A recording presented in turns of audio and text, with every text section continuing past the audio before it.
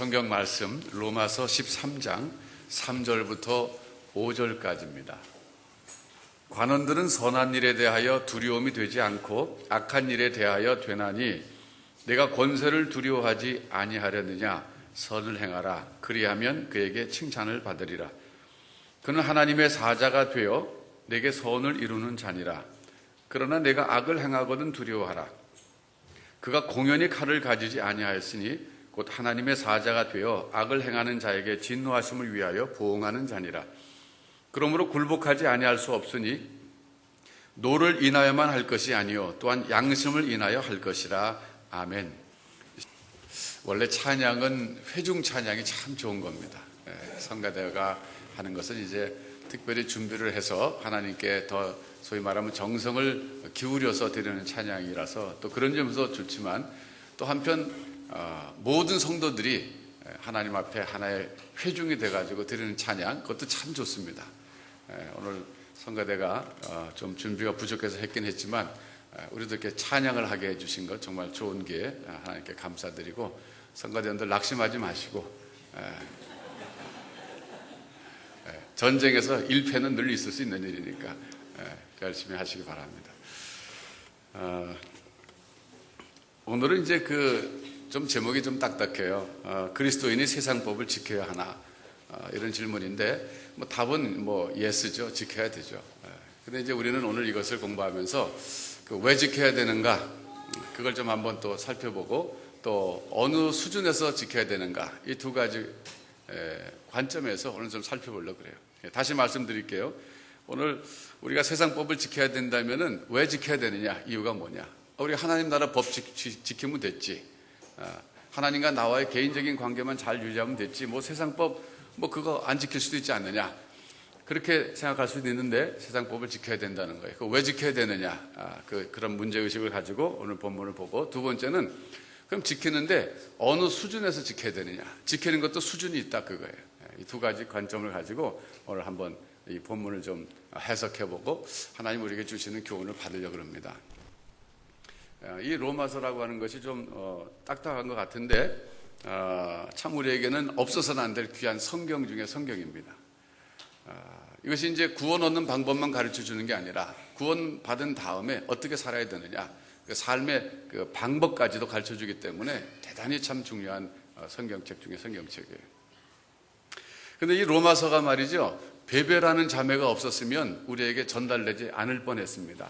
이 베베라고 하는 자매가 누구냐면은 로마서 16장 1절에 나오는 겐그레아 교회의 여성도였습니다.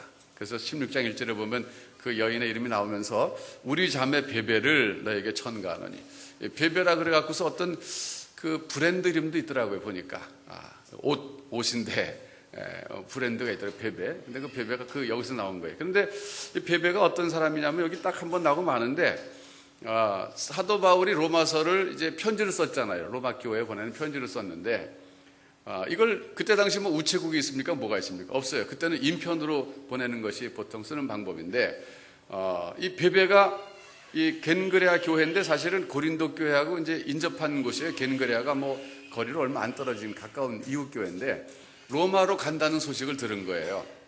그래서 이걸 써가지고서는 그 베베 편으로 로마로 보낸 겁니다.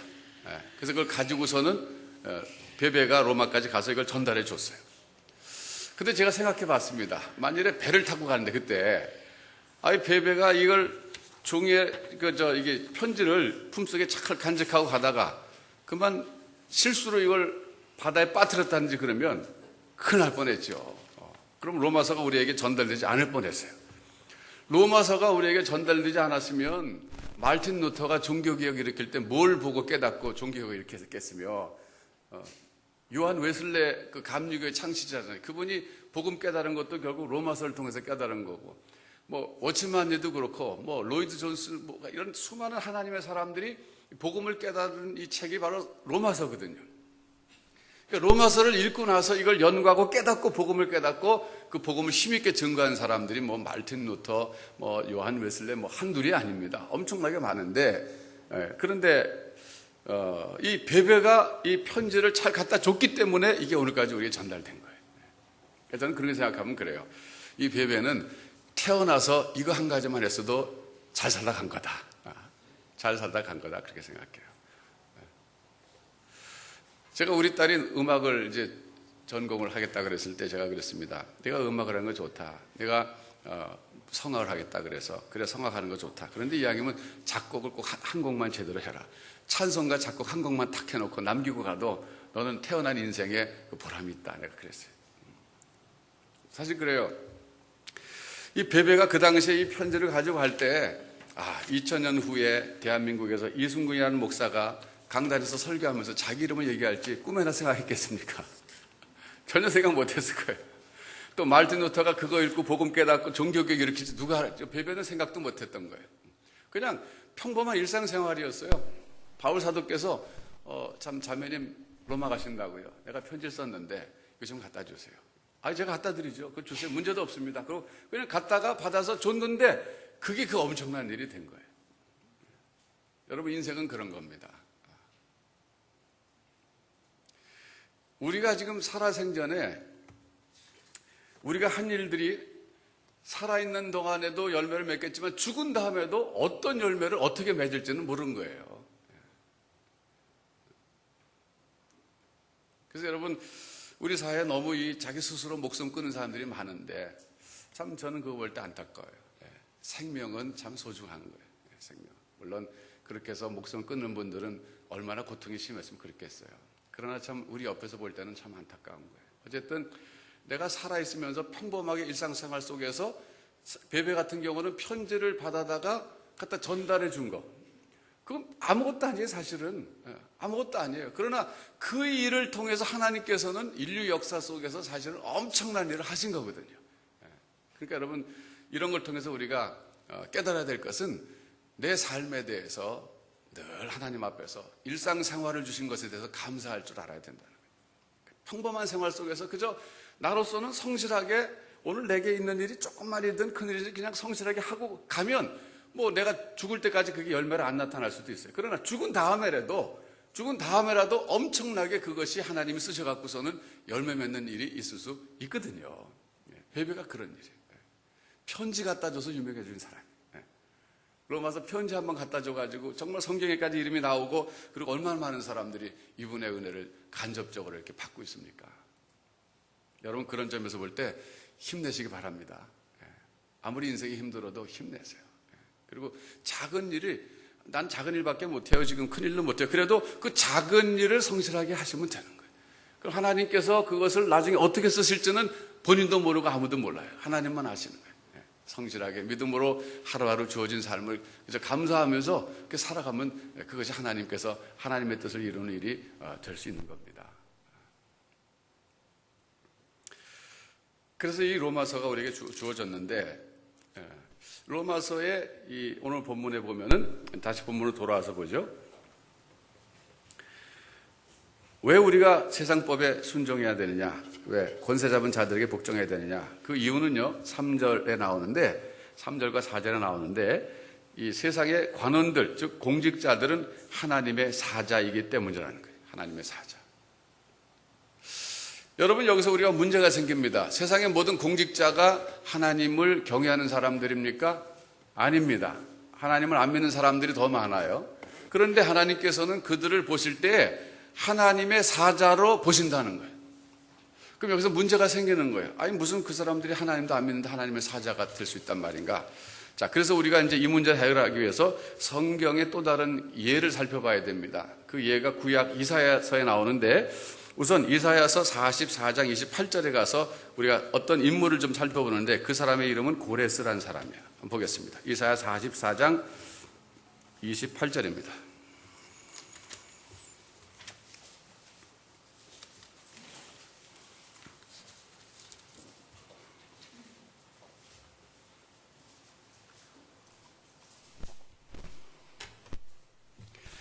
(28절에) 보면 그 1022쪽쯤 되죠. 1022쪽.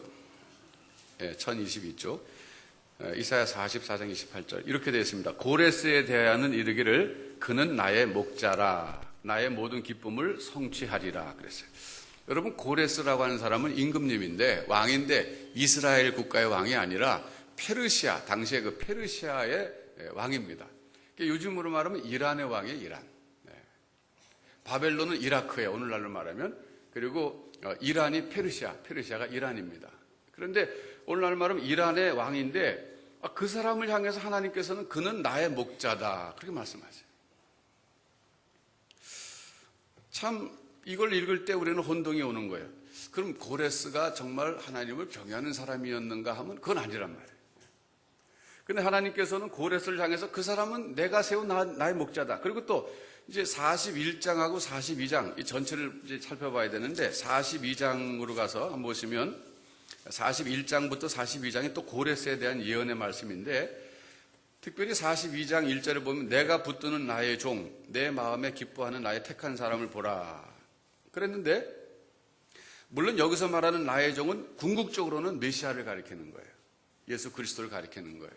그래서 여기서 말하는 나의 종, 내가 나의 신을 그에게 주었은즉 그가 이방의 공의를 베풀리라. 그는 외치지 아니하며 그러면서 쭉 나가는 여기 말하는 나의 종은 이건 메시아, 예수 그리스도를 가리키는 거예요. 그러면서도 또 그 당시로서는 고레스에 대해서도 하나님께서는 나의 종이라고 말씀하시는 거예요. 41장부터 쭉 보면 특별히 41장에 가서 41장 2절에 보면 누가 동방에서 사람을 일으키며 의로 불러서 자기 발 앞에 이르게 하였으며 열국으로 그 앞에 굴복케 하며 그로 왕들을 치리하게 하되 그들로 그의 칼에 티끌 같게 그의 활에 불리는 초계 같게 하며 그랬는데 여기 동방에서 일어난 사람이 바로 고레스를 말합니다. 그러니까 이 고레스라고 하는 사람은 아까 말씀드렸지만은 이 사람은 분명히 페르시아의 왕이었는데 이 고레스를 가리켜서 하나님은 나의 왕이다, 나의 목자다 이런 말씀하고 계세요. 그래서 우리가 이 문제를 해결하기 위해서는 성경을 좀 더 한 군데 더 찾아봐야 되는데 이제 어딜 찾아보냐면 이번에 신약으로 가서 보는데 신약 디도서 1장 12절로 가서 한번 찾아보겠습니다.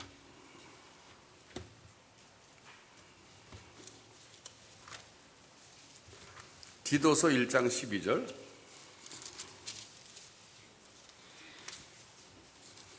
신약성경 348쪽쯤 됩니다. 348쪽.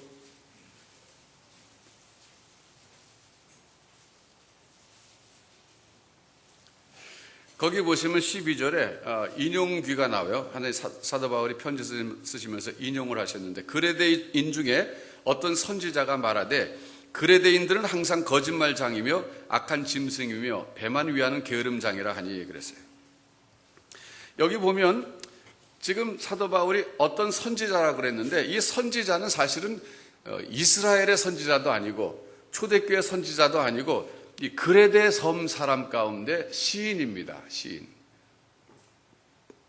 근데 이 사람은 시인으로서 시를 썼는데 자기 그레데 사람, 자기네 뭐 친척이죠. 자기 같은 동족을 어떻게 평가했냐면 그레데인들은 항상 거짓말장이고 악한 짐승이며 배만 위하는 게으름장이라 아주 그냥 악평을 했어요. 악평을. 우리나라로 말하면 박목월 씨 이런 분이 이렇게 한 거랑 마찬가지. 한국 사람들은 항상 거짓말장이고 악한 짐승이며 배만 위하는 게으름장이라 이렇게 쓴 거랑 마찬가지. 얼마나 기분 나빠요.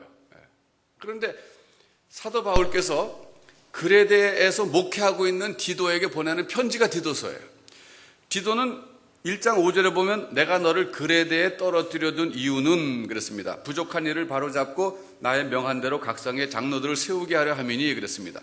그러니까 언젠지 모르지만 정확한 건 모르지만 사도 바울과 디도가 같이 선교 여행을 다니다가 그레데 섬에 도착한 거예요. 근데 그레데 섬에 도착해가지고 거기 예수 믿는 사람들이 있고 교회가 있는데 사도 바울께서 보시니까 그 교회가 지금 견고하게 서질 못했어요. 목회자가 필요한데 목회자가 없어요. 맞으면 담임 목사가 없는 교회라는 거예요. 그래서 디도에게 말하는 겁니다. 디도, 자네는 여기 머물게. 나는 또 선교하러 갈 테니까 자네 여기 머물면서 여기서 이 교회 부족한 일을 바로 잡고 또 여기에 그 장로들을 세워서 지도자를 세워갖고서 이 교회가 이제 성장하도록 그렇게 하는 일을 하게. 그리고서는 사도 바울이 떠나간 거예요. 떠나간 다음에 시간이 한참 간 다음에 이 디도에게 편지 보낸 거예요. 이 디도에게. 이게 디도서입니다. 근데 편지를 보내면서 뭐라고 말하냐면 당신이 목회하고 있는 그 그레데 섬 사람들은 본질상 여기 보면은 거짓말장이고 악한 짐승이고 배만 위하는 게으름장이 아주 성격이 조금 못되고 질이 나쁜 사람들입니다. 그 얘기를 하는데 자기 입으로 하는 게 아니라 내가 하는 얘기가 아니라 이 그레데 섬 출신의 어떤 선지자가 그렇게 말했습니다. 그러면서 이거 인용한 건데 사실 이 사람이 선지자가 아니라 시인이라는 거예요. 시인. 그럼 사도 바울께서 왜 시인이 그레데 섬에 출신 어떤 시인이 말하되 그렇게 하지 않고 왜 어떤 선지자가 말하되라고 그랬을까? 이제 이것 갖고서는 이제 성경 연구하는 학자들이 고민이 된 거예요. 그래서 연구를 했는데 두 가지를 밝혀냈어요. 하나는 뭐냐면 당시에 시인이라고 쓰였던 명칭이 선지자라는 뜻으로도 사용됐다. 이걸 찾아낸 거예요. 당시에는 뭐 시인 그러면 그 사람이 선지자다. 그런 같은 뜻으로도 쓰였다는 사실을 찾아낸 거예요. 그러면서도 또 한 가지는 어떤 사실을 밝혀냈냐면 이 사람이 말한 것이 참되다고 말한 사도 바울의 말을 찾아낸 거예요. 이 증거가 참되도다.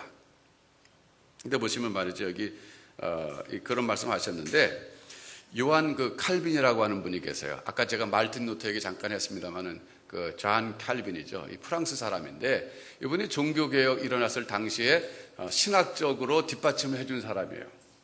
칼빈의 이 주석도 유명하고 기독교 강조도 유명한데 칼빈 목사님이죠. 그분이 디도서 여기를 주석할 때 뭐라고 주석했냐면 이렇게 주석을 했습니다.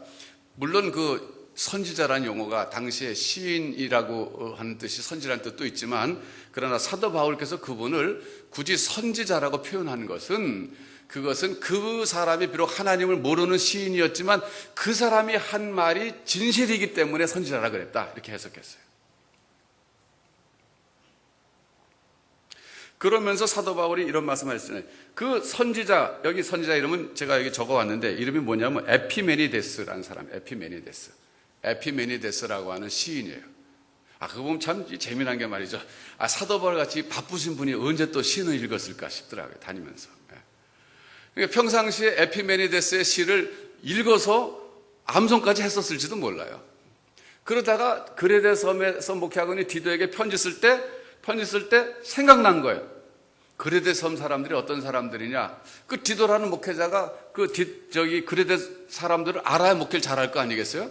그러니까 교훈을 하기 위해서 그 시인 에피메니데스가 그렇게 말했지. 그레데 사람들은 이렇게 악하고 게으름장이고 이런 사람이다. 그걸 인용하면서 그러니까 조심해서 잘하라 그런 뜻이거든요. 그런데 그 규절을 자연스럽게 인용한 거 보면 아마도 이 시인의 시를 암송하고 있었을지도 몰라요. 그래서 제가 참 운치 있게 사셨다 그거지. 여유 있어서 좋았다. 선교 여행만 하고 바쁘게 사는 중에서도 그래도 시로도 가끔가다 읽을 수 있는 이런 여유가 있으니 좋지 않겠는가. 여러분 요즘 시 읽어보신 지 얼마나 됐습니까? 시편 말고 여유를 가지고 시도 좀 한번 읽어보시고. 사실 저도 잘 못 읽어봐요. 워낙 거기까지 손이 안 가요. 딴 거 읽을 게 너무 많아가지고. 그래도 한번 이 가을에 좀 좋은 시집도 한번 사가지고서 또 읽어보고 그러면 여유가 있잖아요. 바울 사도께서 그런 여유가 있었던 것 같아요. 그러면서 이제 이걸 인용하셨는데, 여러분 이제 칼빈이 주석을 하면서 여기서 유명한 말을 했습니다. 비록 하나님을 모르는 시인이고, 그 섬 사람이 그렇다는 것을 관찰해 갖고서 잘 기록해 놨는데, 사도 바울께서는 그 사람의 증거가 참되다, 그 증거가 진리다, 그렇게 말한 거거든요. 진리다, 바르다라고 말했어요. 그렇다면 그건 바른 것이다, 그거예요. 왜? 사도의 권위에 근거해서 그렇다. 여러분, 이 사도라고 하는 직분은요, 인류 역사상 하나님께서 아주 독특하게 교회를 창립하는 직원으로 세우신 하나님의 특별한 사람들이에요. 그래서 우리가 성경 해석할 때 구약 성경을 이제 사도들이 신약 성경에서 해석해 갖고서는 자기 편지라든지 복음서에서 기록해 놓고 있는 것이 있는데, 사도들이 구약 성경을 해석해 놓은 것은 그거는 바른 해석으로 받아들이는 거예요. 무조건적으로. 이 일을 전혀 달지 않고 신약 성경을 기록한 사도들이 구약 성경을 인용해 갖고서는 해석한 그 의미는 그것은 정확한 진리로 받아들인다는 것이 우리의 기본적인 입장이고 믿음입니다. 그러니까 사도 바울께서 이 에피메니데스의 시기를 인용하시면서 이 증거가 진리다 그렇게 말한 것에 대해서 요한 칼빈 선생은 이렇게 말하고 있어요. 모든 진리는 하나님으로부터 온 것이다, 그런 거예요. 어떻게 해서 사도 바울이 그 사람 시인이 말한 것을 진리라고 말했냐면, 그것이 진리라면 에피메니데스가 만들어 놓은 것이 아니라 하나님으로부터 나온 것이기 때문이라 그래요. 이 세상에서 어떤 사람들이 진리를 찾았다고 하면 그 진리는 비록 믿지 않는 사람이 찾았다 할지라도 그것은 하나님으로부터 나온 것이라는 거예요. 굉장한 참 믿음입니다. 그래서 그 유명한 말을 한 거예요. All truth is from God. 그랬어요. 모든 진리는 하나님으로부터 온 것입니다. 이 선언이 나온 거예요. 그래서 위튼 대학교에 아더 홈즈라고 하는 그 유명한 이 철학가 교수가 계신데 그분이 All truth is from God이라는 그 책을 썼어요. 그래서 굉장히 그 얇은 책자인데도 아주 유명한 책입니다. 그래서 여러분 불교라든지 유교라든지 이 경전을 읽어보면 거기에 진리인 것들이 있어요. 잘 관찰해 갖고 찾아낸 것들이 있어요. 그것은 비록 불교나 유교 경전에 속해 있다 할지라도 만일에 그것이 진리라면 그것은 하나님으로부터 오는 것이다. 그런 얘기. 그게.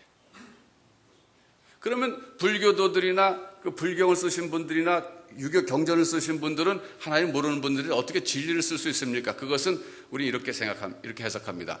하나님의 일반 계시 때문에 가능하다. 이렇게 봐요. 하나님의 일반 계시. 계시에는 두 종류가 있어요. 일반 계시가 있고 특별 계시가 있는데 결국 계시라고 하는 것은 하나님을 아는 방법이에요. 하나님을 아는 길, 하나님을 찾는 길인데 인간이 어떻게 하나님을 찾을 수 있느냐, 어떻게 하나님을 만날 수 있느냐 하면 계시에 의한 길이라는 거예요. 그런데 계시의 종류에는 두 종류가 있는데 하나는 일반 계시고 하나는 특별 계시인데 일반 계시라고 하는 것은 믿지 않는 사람도 이 창조 세계, 피조 세계를 잘 관찰하면 찾아낼 수 있는 거예요. 왜? 하나님이 만드신 능력과 신성이 그 속에 들어있다고 로마서에서 말하고 있잖아요. 그러니까 이 자연의 참 오묘한 이 질서를 볼 때 이것이 우연히 만들어졌다면 이렇게 질서가 있을 수 없잖아요. 막 뒤죽박죽이겠죠. 그런데 이렇게 질서 정연한 자연을 만드신 어떤 조물주가 있다. 창조주가 있다. 그것을 이 자연을 잘 관찰하면 찾아낼 수 있는데 그것이 바로 일반 계시라는 거예요. 그것이. 자연 계시라는 말도 씁니다. 그런데 그것을 만드신 분이 있지만 그분의 이름이 뭐냐? 이거는 일반 계시나 자연 계시를 통해서는 알 수가 없는 거예요. 그분의 이름이 성경에 보니까 여호와다 이렇게 나오는 거거든요. 그래서 성경은 뭡니까? 특별 계시다 그래요. 특별 계시. 일반 계시와 특별 계시가 있는 거예요. 자, 그럼 제가 말이 나온 김에 질문해 볼게요. 아담에게 타락하기 이전에 아담에게 일반 계시만으로 충분했습니까? 아니면 아담에게도 특별 계시가 있어야만 했습니까? 네. 자, 생각해 보시고 답변하세요. 우리 성경방 모임에 잘 참석하신 분들은 배워서 아실 거예요. 네. OX라서 한번 그냥 걸어볼까요? 그냥? 그러니까 타락하기 전이에요. 타락한 다음에는 또 이게 상태가 달라졌으니까 그렇지만 타락하기 전에 아담에게 그 당시 일반 계시로서 충분했다. 다시 말하면 일반 계시, 자연 만물만 잘 살펴봐도 하나님에 대해서 정확히 알 수 있었고 하나님의 뜻을 충분히 알 수 있었다. 이렇게 대답하신 이게 A이고 1번. 두 번째, 비록 타락하기 전이라 할지라도 아담도 이 자연이나 그런 것만 가지고 충분히 하나님의 뜻을 다 알 수 없었고 그래서 아담에게도 하나님의 뜻을 좀 더 알기 위해서는 특별 계시가 필요했다. 이게 2번이에요. 자, 1번. 손 들어보세요. 신랑 용감해서 좋았어요. 2번 손 들어보세요. 3번은 모르겠다. 3번. 4번 상관없다. 답은 2번입니다. 필요했어요. 왜? 그게 증거가 뭐냐면 선악을 알게 하는 나무를 주셨잖아요. 그게 특별 계시예요. 그러니까 아담에게 주어진 특별 계시가 어떤 것이냐 그러면 선악을 알게 하는 나무를 두시고 말씀해 주신 거예요. 내가 동산에 있는 모든 과실은 다 마음대로 따먹어라. 그러나 선악을 알게 하는 나무는 먹지 말아라. 그러면 먹는 날엔 정령 죽는다. 이것이 바로 그에게 주어진 특별 계시예요. 특별 계시. 그걸 통해서 하나님이 뭘 원하시는지를 아담이 알아야만 했던 거예요. 그러니까 아담에게도 특별 계시가 필요한 거예요. 그리고 또 한 가지 제가 이제 설명드려야 될 것은 특별 계시는 쉽게 말하면 구원과 관계된 계시예요. 구원과 관계된 계시. 일반 계시는 구원과 관계된 계시는 아니에요. 그래서 아담이 타락하기 전에도 하나님의 특별 계시가 필요했다는 거예요. 그래서 이걸 먹는 날엔 죽으리라. 그건 구원과 관계된 얘기란 말이에요. 그래서 여러분, 인간이 하나님을 어떻게 만날 수 있느냐, 하나님을 찾아갈 수 있느냐. 내가 곧 길이요 진리요 생명이니 나로 말미암지 않고는 아버지께로 올 자가 없느니라. 주님이 그러셨어요. 그건 뭐냐면 계시라는 것은 결국 하나님을 보여주는 것이고 하나님의 뜻을 가르쳐 주시는 것인데, 왜 예수님을 통해서 하나님을 갈 수 있다, 나로 말미암지 않고는 아버지께로 하나님께로 갈 자가 없다고 그러셨냐면, 예수님이 계시의 클라이막스이기 때문에 그래요. 계시의 정점이기 때문에 그런 거예요. 하나님이 인간의 몸을 입고 이 땅에 아예 오셔서 하나님을 보여주신 거예요. 계시 중에서 막 100% 계시죠, 그게. 그렇잖아요. 그렇지 않습니까? 그렇습니까? 이거 제가 설교하면 사람들이 자꾸 어렵다 그래서 제가 고민이 돼요. 이걸, 아니, 그럼 내가 쉽게 하면 설교할 것도 없는데, 그냥 예수 잘 믿으라 그러면 되지, 뭐 제가 이렇게 하겠어요. 여러분, 이런 걸 좀 생각해 보셔야 되는 거예요. 중요한 거예요. 임마누엘이 뭡니까? 우리와 함께 계시는 하나님, 그 뜻이란 말이에요. 그러니까 하나님께서 계시를 선지자들을 통해서 말씀을 주시다가 나중엔 아예 본인이 내려오신 거예요. 쉽게 얘기하면. 내려오셔서 나 여기 있다, 내가 원하는 게 이것이다 라고 말씀해 주신 거예요. 그러니까 예수 그리스도로 말미암지 않고는 아버지께로 올 자가 없다는 것은 뭐냐면, 계시라고 하는 것이 여러 종류가 있는데 선지자들이 말씀해 준 것도 계시고 꿈도 계시고 환상도 계신데, 그건 전부 불완전한 것이고, 계시 중에 계시는 하나님이 직접 오셨다는 임마누엘, 성육신 하신 사건, 이것이 계시의 최고봉이란 말이에요.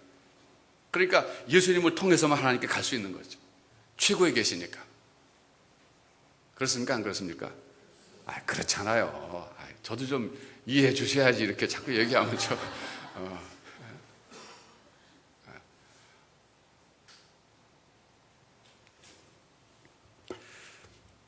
이게 약간 곁길로 갔자면 굉장히 참 중요한 얘기를 제가 오늘 또 다뤘어요. 여러분께서 한번 정리하세요. 왜 예수님을 그렇게, 왜 기독교에서 이렇게 예수 믿어라, 하나님 믿으면 됐지 왜 자꾸 예수 믿어라 그러냐. 예수님을 통해서만 하나님께 갈 수 있다 그러는데, 바로 예수님이 계시의 최고봉이기 때문에, 계시의 완성이에요. 하나님이 아예 사람 몸을 입고 내려오셨으니까 아예 눈에 보이잖아요. 그러니까 빌립이 하나님 좀 보여주세요 그랬더니, 이렇게 나와 오래 함께 있었는데 아직도 하나님 보여달라고 그러냐. 오셨는데 하나님께서 인간의 몸을 입으시고. 그러니까 성육신이라고 하는 것은요, 굉장히 신비한 거예요.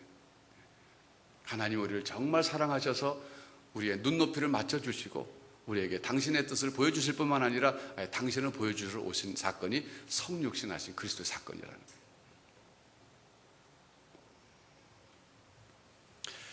이제 얘기를 돌아가서 말이죠. 자, 그러면 모든 진리가 있다면 그것이 하나님으로부터 온 것이다. 그러니까 불교나 유교에서는 특별 계시 없이 일반 계시만 통해서 뭔가 진리를 조금 찾아낸 거예요. 그래서 제가 항상 강조하지만, 그런 유교라든지 불교라든지 힌두교에는 진리가 있긴 있는데 그것은 부분적 진리다. 온전치 못하다. 왜? 특별 계시가 주어지지 않았기 때문에. 그래서 고린도 전서 1장에서도 세상이 자기 지혜로 하나님을 찾는다 그러죠. 그러나 자기 지혜로는 하나님 찾을 수 없다. 그 자기 지혜가 뭐예요? 하나님이 주신 일반 계시 테두리 안에서 사색을 하고 명상하고 묵상해서 뭔가 신적인 대상을 찾고 그리고 기록해놓은 것이 불교 경전이고 유교 경전이, 그런데 거기에 부분적으로는 진리가 있다. 그러나 특별 계시가 주어지지 않은 상태이기 때문에 온전한 진리는 없다. 예수 그리스도께서 온전한 진리, 하나님이 인간의 몸을 입고 오셨기 때문에 그분이야말로 온전한 진리라는 거예요. 그래서 예수 그리스도를 통하지 않고는 아버지께로 갈 자가 없다 말씀하시는 거예요. 자, 그럼 다시 로마서로 돌아와서 보면 말이죠. 이 13장에 보면, 그럼 우리가 왜 그 사람들을 하나님의 사자로 봐야 되느냐? 그것은요, 13장 1절에 모든 권세는 다 하나님의 정하신 바라, 하나님께서 나지 않음이 없다 그랬어요. 그러니까 여기서는 모든 권세는 하나님께로부터 나왔다 이거예요. 아까 디도서 1장 12절에서는 모든 진리는 하나님께로부터 나왔기 때문에, 믿지 않는 사람이 찾아낸 것도 그것이 진리라면, 하나님께로부터 온 것이라면 우리가 그걸 받아들여서 하나님의 진리로 받아들여야 하는 것처럼, 모든 권세가 있다면 그 권세는 하나님으로부터 나온 것이기 때문에 하나님이 정하신 그 권세 앞에 우리는 굴복해야 된다, 그런 얘기예요. 논리적으로 합리적으로 그렇게 설명이 되는 거예요. 이해가 되셨습니까? 그래요. 그러니까 우리가 왜 세상에 법을 지켜야 되느냐? 그리고 세상의 공직자들의 그 말에 왜 우리가 복종해야 되느냐? 그것은 하나님께서 주신 권세이기 때문에 그렇다는 거예요. 그래서 그 사람들은 일종의 하나님의 사자가 될 수 있다는 거예요. 에피메니데스가 시인이면서 하나님의 선지자라고 명칭을 가질 수 있는 것처럼 공직자들도 그 권세가 하나님으로부터 온 것이기 때문에 그 자리에 있는 한은 그 사람들은 하나님의 사자라는 거예요.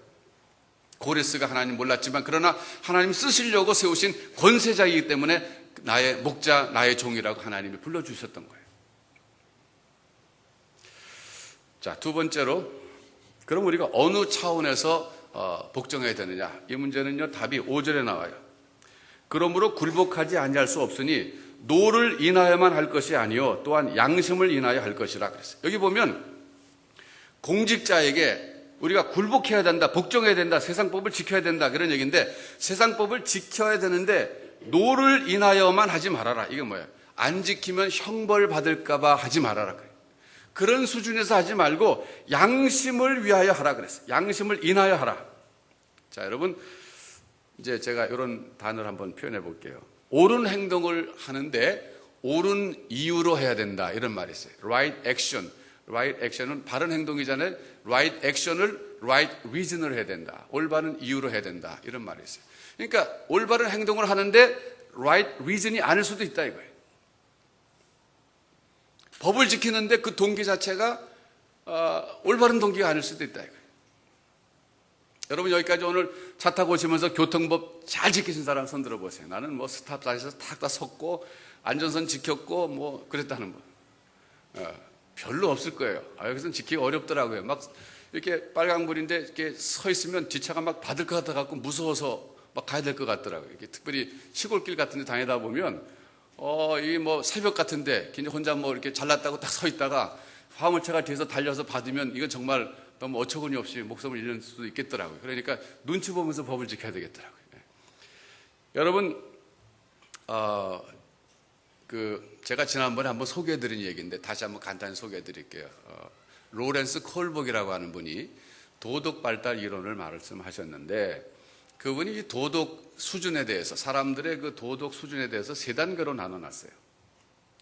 첫 번째 단계가 뭐냐면 사람들이 도덕적으로 잘 산다 이거예요. 법을 지키고 도덕적으로 잘 사는데 그 이유가 뭐냐면 그렇게 살지 않으면 감옥 갈까 봐, 형벌 받을까 봐, 그렇게 해서 그 도덕적으로 법적으로 잘 사는 사람이 있는데, 이것이 가장 초보적인 단계고, 그 다음 두 번째 단계는 뭐냐면 벌을 받을까 봐가 아니라 법을 지키고 도덕을 지키는 것 자체가 가치가 있다고 믿기 때문에 지킨 사람들이 있다 이거예요.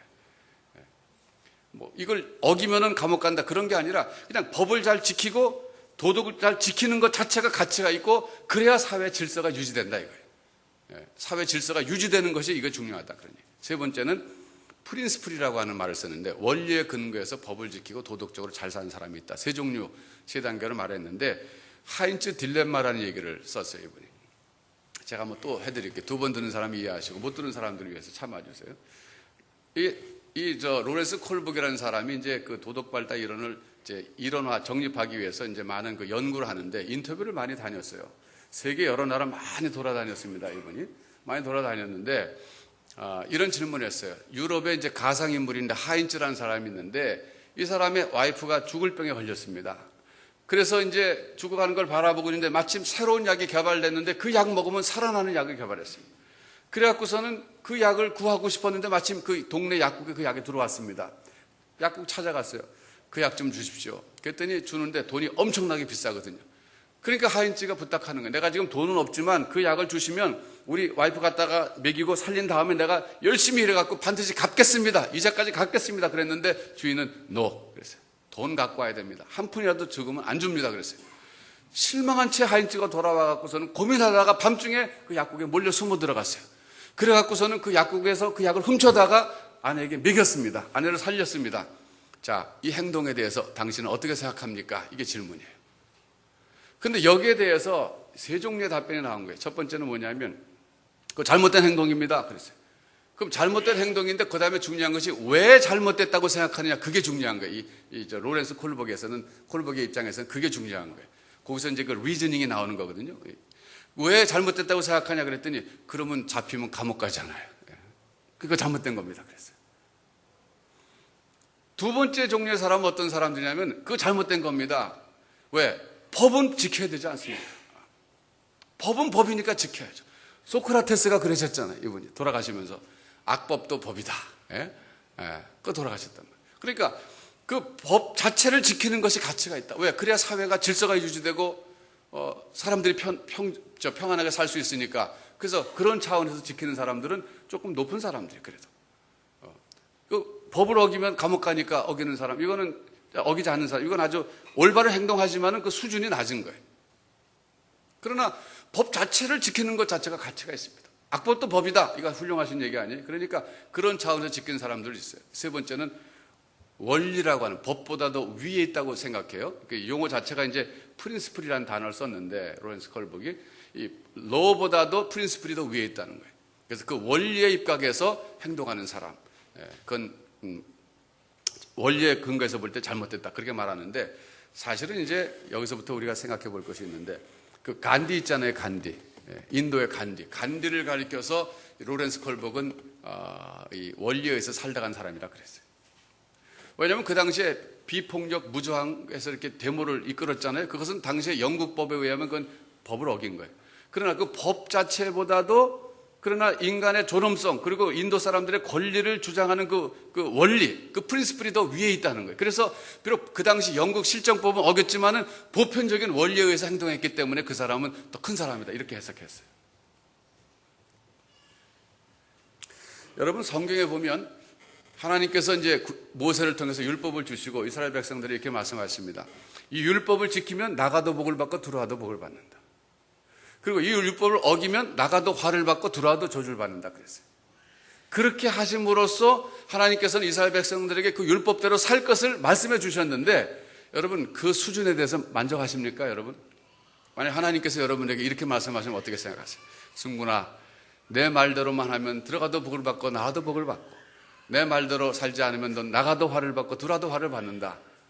그렇게 말씀하셔서 나보고 그 말씀을 지키라 그러면 여러분 어떨 것 같아요? 혹시 여러분 가운데 오늘 주일날 예배드려 나온 분들, 이제 놀러 가야 되는데 예배 안 드리고 놀러 가면 교통사고 날까봐, 그래서 여기 예배 드리고 가야지, 그런 분 계십니까? 그런 분들 사실 있어요. 있어요. 근데 그것은요, 잘못된 건 아니에요. 어린 겁니다. 어린 거예요.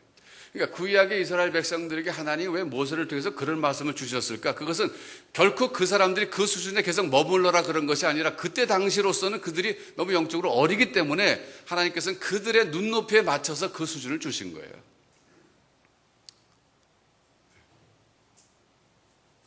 그런데 신약으로 가서 보면 말이에요. 여기 지금 오늘 13장 5절에서 그러므로 굴복하지 아니할 수 없으니 또한 노를 인하여만 할 것이 아니에요. 이 노라는 것이 이 퍼니시먼트란 말이에요. 형벌이란 말이에요.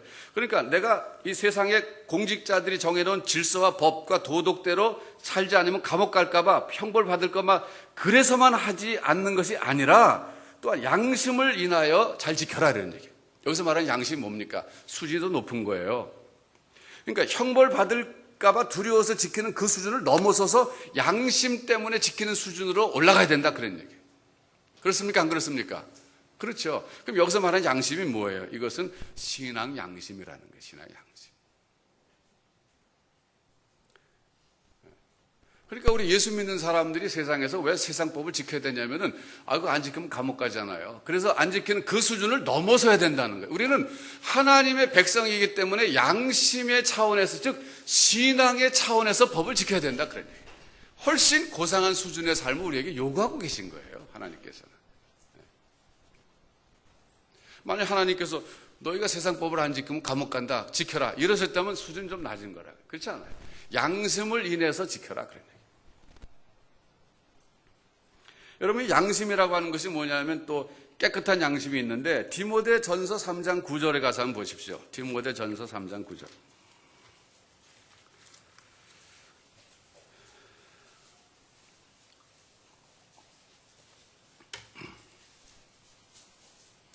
디모데전서 3장 9절. 깨끗한 양심의 믿음의 비밀을 가진 자를 집사로 세우라 그런 얘기하고 있어요. 집사로 세울 때 어떤 사람을 세워야 되느냐? 깨끗한 양심의 믿음의 비밀을 가진 자라야 할지라. 여러분, 여기 깨끗한 양심도 필요하고 믿음의 비밀도 필요한데 집사의 조건 가운데 이걸 어떻게 우리가 종합적으로 이해해야 하냐면은 깨끗한 양심이라는 그 안에 믿음의 비밀을 가진 사람을 세워라 그런 얘기예요. 그러니까 믿음의 비밀을 가진 사람들이 많아요. 그런데 깨끗한 양심이 없는 사람들이 많아가지고 예수 믿으면서 교회에서는 잘하는데 사회 나가서는 그 깨끗한 양심대로 살지 않고 그렇게 하다 보니까 사회 대형 사고가 일어날 때마다 믿는 사람들이 개입된 경우가 많다 그거예요. 사실 깨끗한 양심은 굉장히 중요한 거예요.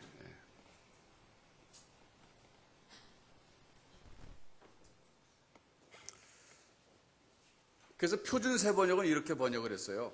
믿음의 비밀을 깨끗한 양심에 간직한 사람. 믿음의 비밀을 깨끗한 양심에 간직한 사람. 그러니까 예수 믿으면 구원받는다는 것도 알아요. 그렇지만 양심이 깨끗하지 못한 상태일 수도 있다 그거예요. 그런 사람들은 자기 개인이 예수 믿고 구원받는다는 그 수준까지만 간 것이지 세상에 나가서 어떻게 살아야 될지에 대해서는 아직까지 제대로 정리가 안 된 사람이에요.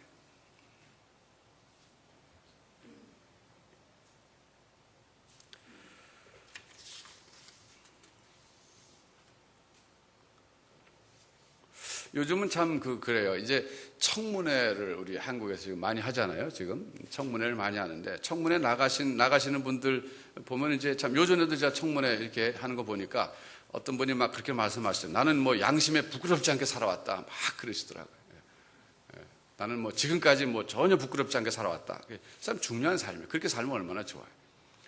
어떤 분은 또 청문회 나가시면서 또 성경책도 갖고 나가시더라고요. 이렇게 성경책도 갖고 나가시고 그런데 이제 사실은 그게 다 이제 우리로서는 진짜 한국사의 큰 변화예요. 뭐 70년대, 60년대에 그런 일이 있을 수 없었어요. 기독교인이 별로 많지도 않았어요. 근데 요즘은 이렇게 기독교인이 많아져가지고 도처에서 이제 그런 일들이 이제 우리가 손쉽게 보는데 그러나 중요한 것은 정말 자기 자신이 하나님 앞에서 내가 그렇게 힘줘서 말하지 않아도 좀 깨끗한 양심으로 살아가고 있느냐 이게 중요한 거예요. 여러분 그럼 우리가 어떻게 하면 양심이 깨끗해집니까? 이제 다른 종교에서는요 마음을 비워라 그런 말도 많이 해요. 특별히 옛날에 김수환 추기경께서 살아계실 때 삼김시대라고 그래갖고 한동안 아주 80년대였습니다. 80년대 광주 사태 일어나기 전에 삼김씨가 또 다시 등장해갖고 이제 뭔가 희망이 보이고 그럴 때 굉장히들 막 사회가 들떠 있었고 그때 삼김씨가 또 다시 대통령 나오려고 그럴 때 이제 그때쯤이었어요. 그때 김수환 추기경께서 강조하신 게 뭐냐면 마음을 비우십시오. 그렇게 얘기했어요. 마음을 비우십시오.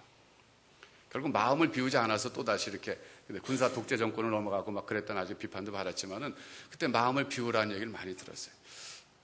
근데 이제 그 마음을 비운다라고 하는 그 말은 이제 캐톨릭에서는 굉장히 강조하는데 그게 어디서 나왔냐면요. 빌립보서에서 쓰고 있는 말이에요. 빌립보서 한번 보세요.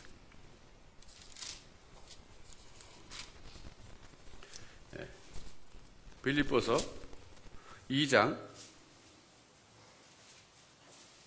7절. 빌립보서 2장 7절에서 그런 말씀하고 있어요. 예수님에 대한 얘기인데 오히려 자기를 비워 종의 형체를 가져 사람들과 같이 되었습니다. 그래서 여기 이제 비우다 말이 나왔어요. 그래서 이제 캐톨릭에서는 이 용어를 많이 쓰세요. 참 좋은 말이에요. 여러분을 비우십시오. 자기를 비우십시오. 그런데 여러분 원래 뜻은 이게 무슨 뜻이냐면은 예수님께서 하나님과 동등됨을 취할 것으로 여기지 아니하시고 이 땅에 내려오신 사건을 자기를 비운 사건이라고 보는 거예요. 그러니까 본질상 하나님과 같은 분이시고 동등한 분이시지만은 그 권세 있고 영광스러운 자리를 비우시고 낮아지신 것을 강조하는 거예요. 그러니까 참 중요한 말씀이에요. 그러니까 그 당시 삼김 그분들에게 자기를 비우십시오. 이것은 좀 그래 너무 대통령 하려고 그러지 말고 좀 이렇게 낮아지고 좀 그런 것도 하라. 이제 그런 뜻을 말씀하신 거예요. 또 이제 불교에서는 집착을 버려라. 모든 욕심을 버려라. 그러면 이제 마음이 깨끗해지고 그리고서 이제 참 마음의 평안이 온다. 그러는데 사실 다 나름대로 그 수행 방법이에요. 그런데 우리 성경에 의하면 어떻게 하면 양심이 깨끗해질 수 있느냐. 첫째, 그리스도의 보혈로 씻음을 받아야 된다. 얘기했어요. 그리스도의 보혈로. 주님의 십자가 앞에 나가서 자기가 죄인인 것을 고백하는 것이 바로 그리스도의 보혈로 씻김 받는 첫 번째 방법이에요. 두 번째는 한번 그렇게 받은 다음에 계속적으로 성령께서 내 속에서 깨닫게 하시고 역사하신 그 성령의 소욕에 순종을 계속적으로 해야 됩니다. 한두 번은 실수할 수 있고 거절할 수 있어요. 그러나 또다시 회개하고 또다시 성령께 순종하는 생활을 반복적으로 계속할 때 조금씩 깨끗해지는 거예요. 이게 시간이 좀 걸려요. 그래서 우리가 구원받는다고 하는 것은 죄의 형벌로부터도 구원받지만 죄의 영향력으로부터, 죄의 세력으로부터도 구원받는 것을 진정한 구원이라 그러는 거예요. 성화 과정은 점차적으로 우리가 죄의 지배권, 죄의 영향력으로부터 벗어나서 하나님의 뜻대로 점점 살아가게 되는 과정을 성화 과정이라 그러는 거예요. 그게 이제 깨끗해지는 과정이에요. 여러분, 제가 한 가지 여러분에게 꼭 부탁드리고 싶은 것은, 그러면 그리스도의 보혈로 씻음 받는 것이라든지 성령의 소욕에 순종하는 것은 어떻게 해서 이루어질 수 있느냐 하면요, 이것은 기도를 통해서 이루어질 수 있어요. 기도. 제가 심하게 말씀드리면 성경 공부만으로는 안 됩니다. 반드시 기도가 있어야 되는 거예요. 기도가. 저는 이제 우리 개신교의 그 약점이 이 기도가 좀 약한 것이 아니냐. 물론 명성교는 새벽기도 강조하고 순복음교는 뭐 금식기도 철학기도 강조해서 참 좋아요.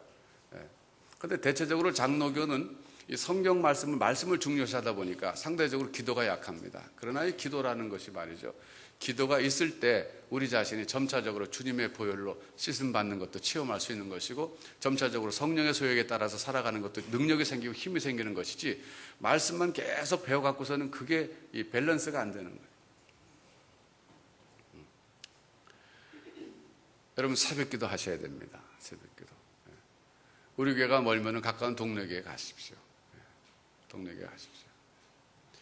요즘에 참 우리 교회 특이한 현상은, 가까운 데 있는 우리 성도들은 새벽기도 안 나오는데 저 강북에 있는 성도들이 나오기 시작했어요. 저 평창동에서 오고 연희동에서 오고 그래갖고 제가 참 특이한 현상이다. 학교 다닐 때도 보면 맨날 학교 앞에 있는 애들이 지각하고 늦고, 멀리서 다니는 사람이 일찍 다닌 것처럼 이 새벽기도도 그러네. 제가 그러고 보고 있어요.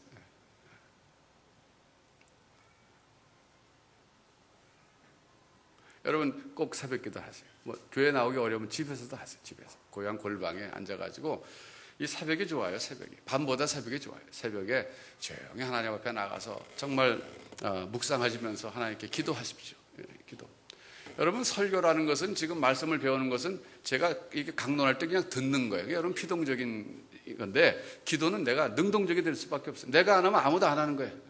내 골방에 혼자 기도하는데 누가 기도하는 것도 아니니까 내가 안 하면 안 하는 거예요. 그러니까 내가 적극적이 안 될 수가 없는 거예요. 그것이 은혜 받는 방법이란 말이에요. 적극적이 돼야 되거든요. 그러니까 하나님 앞에 나가서 여러분들이 뭐 그날 있어야 될 여러 가지 필요도 구하시지만, 특별히 양심에 깨끗한 거예요. 하나님, 나를 정결케 해 주옵소서. 내 마음속에 있는 온갖 욕심과 제약들을 주님 다 주님의 보혈로 씻어주시고 깨끗게 해주시고, 내가 날마다 조금씩이나마 성령의 소욕에 더 순종하는 사람이 돼서 내가 시간이 가면서 더욱더 깨끗한 양심의 소유자가 되게 해 주옵소서. 그 안에 내가 믿음의 비밀을 갖게 해 주옵소서. 여러분, 내 양심이 깨끗지 못한데 거기 믿음의 비밀을 가지면 그것 때문에 우리가 욕먹는 거예요.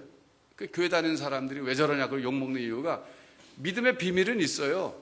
믿음의 비밀이 있다고. 근데 깨끗한 양심이 없어서 그래요. 야곱과 에서를 비교해보면 저는 에서하고 친구하고 싶지 야곱하고 친구하고 싶지 않다고요.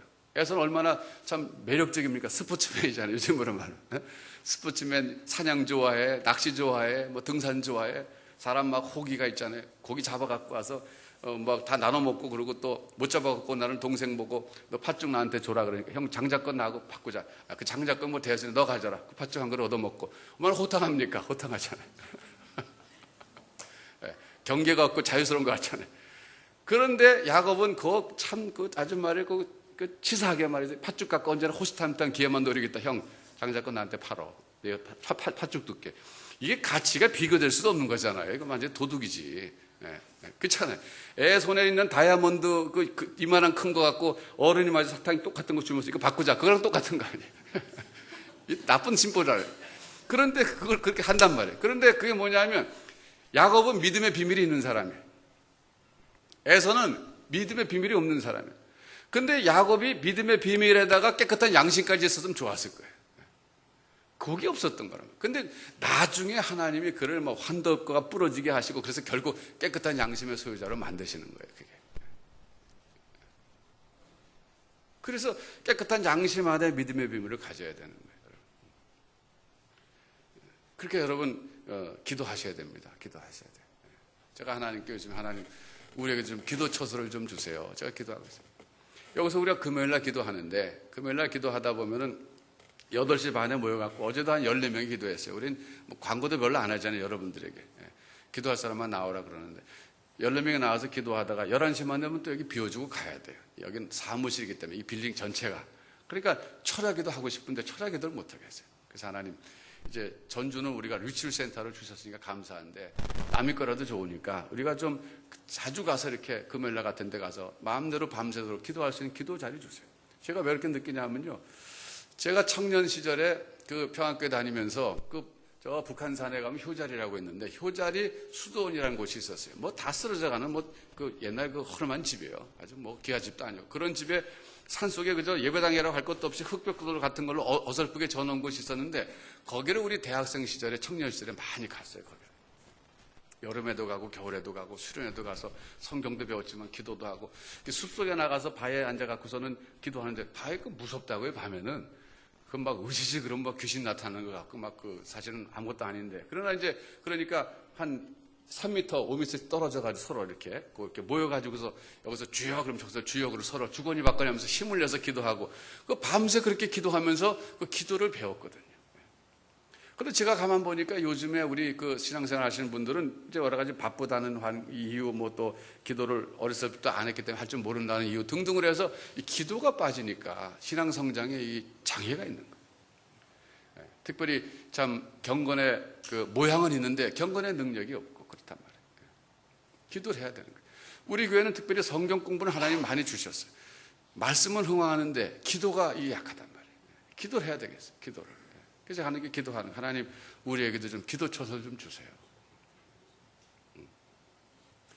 그러니까 여러분 그때까지는 뭐 그렇다고 기도 안 할 수 없잖아요. 그러니까 여러분 금요일 날 기도하실 분은 좀 더 나오시고 아니면 집에서도 하시고 기도 힘쓰셔야 됩니다. 오늘 얘기 약간 곁길로 많이 간 감이 있지만 이제 정리하겠습니다. 우리가 이 세상 법을 지켜야 되는데 왜 지켜야 되느냐? 하나님의 사자로 세우신 공직자들이기 때문에 지켜야 된다. 모든 권세는 하나님이 주신 것이기 때문에 지켜야 된다. 어느 정도 수준에서 지켜야 되느냐? 법을 어기면 감옥 갈까 봐 지키는 수준이 아니라 양심의 수준에서 지켜야 된다. 그 양심은 어떤 양심이어야 되느냐? 깨끗한 양심이어야 된다. 깨끗한 양심. 깨끗한 양심이 되려면 어떻게 해야 되느냐? 그리스도의 보혈로 씻음 받아야 되고 성령의 소욕에 따라 살아야 되는데 어떻게? 기도할 때. 기도를 통해서 된다 이거예요. 여러분 그러면서도 한 가지 이제 신앙생활에 동기도 살펴봅시다. 여러분 주일날마다 나와서 예배드리고 헌금하고 봉사하고 11조하고 감사헌금하고 이게 봉사하는 것도 그래 이렇게 하면은 들어와도 복을 받고 나가도 복을 받는다. 이 말씀의 근거에서 그런 수준에서 하시면 안 됩니다. 하나님께서 나에게 베풀어 주신 사랑이 너무나 감격스럽고 감사해서 이제는 감사하는 차원에서 하나님 말씀대로 순종해야 되겠다. 이런 동기로 하나님 말씀을 순종해야 된다는 거예요. 그러니까 복 받기 위해서 하나님 말씀 순종하는 사람은요, 복 안 주시면 떠나갈 사람이에요. 하나님 저주하고 원망하고. 그렇지 않습니다. 그 신앙이 너무 어린 것이고 잘못된 거예요. 바른 신앙과 성숙한 신앙은 뭐냐면 하나님이 지금 내게 주신 것을 감사할 줄 아는 신앙이에요. 나를 하나님이 자녀 삼아 주셨잖아요. 그리고 오늘 이렇게 건강 주시고 오늘 내게 일터를 주시고 가정을 주시고 인생을 주시고 삶을 주셨는데 지금 나에게 주신 것만으로도 충분히 감사할 줄 아는 사람이 하나님 앞에 나와서 하나님을 섬길 때 그 동기가 복받기 위한 것이 아니라 감사해서 이제 보답하는 차원에서 하나님을 순종하는 차원이 되는 거란 말이에요. 이렇게 돼야 되는 거예요. 이렇게 돼야 되는 거예요. 여러분 행복하십니까? 행복은요. 저는 행복 전도사 그분의 강의 한 번도 못 들었어요. 제가 미국에 있을 때 많이 하셨던 것 같아요. 성경에서 말하는 행복은요. 어떤 사람에게 주어지는가? 하나님이 지금 나에게 주신 것에 대해서 감사하는 사람에게 주어지는 거예요. 여러분 지금 여러분 손에 무엇이 들려있는가 보세요. 하나님이 지금까지 주신 것이 참 많이 있어요, 여러분에게. 그것에 대해서 감사해 보세요. 내가 지금 갖고 싶은 게 있는데 그게 내 손에 안 들어와서 막 안타까워하는 사람은 감사가 없어요. 하나님 그것도 좀 주시지 왜 그거 아니 지금 손에 지금 잔뜩 들고서도 더 달라 그러는 거지. 그러니까 하나님이 지금 나에게 주신 것만 해도 얼마나 많은데 그걸 보고서 하나님 내 손에 있는 거 감사합니다. 근데 남의 손에 있는 거 자꾸 뺏고 싶은 거죠. 저것도 좀 놔주면 좋겠고 저것도 놔주면 좋겠다. 이런 사람은 계속 자기 손에 있는 거 감사할 줄 모르고 계속 참 피폐한 삶을 살다 가는 거예요. 하나님을 섬기되 내가 하나님이 지금까지 주신 것만 해도 감사하다. 더 안 주셔도 될 만큼 감사하다. 그렇기 때문에 내가 하나님께 이제 돌려드려야지. 그래서 충성하고 순종하고 하나님께 예배하고 헌금도 하고 봉사하고 이런 것이 바른 동기입니다. 이렇게 될 때 이것이 성숙한 신앙이 되는 것이고 하나님께서는 그런 사람이 이쁘기 때문에 더 많이 주신다고요. 기도하겠습니다.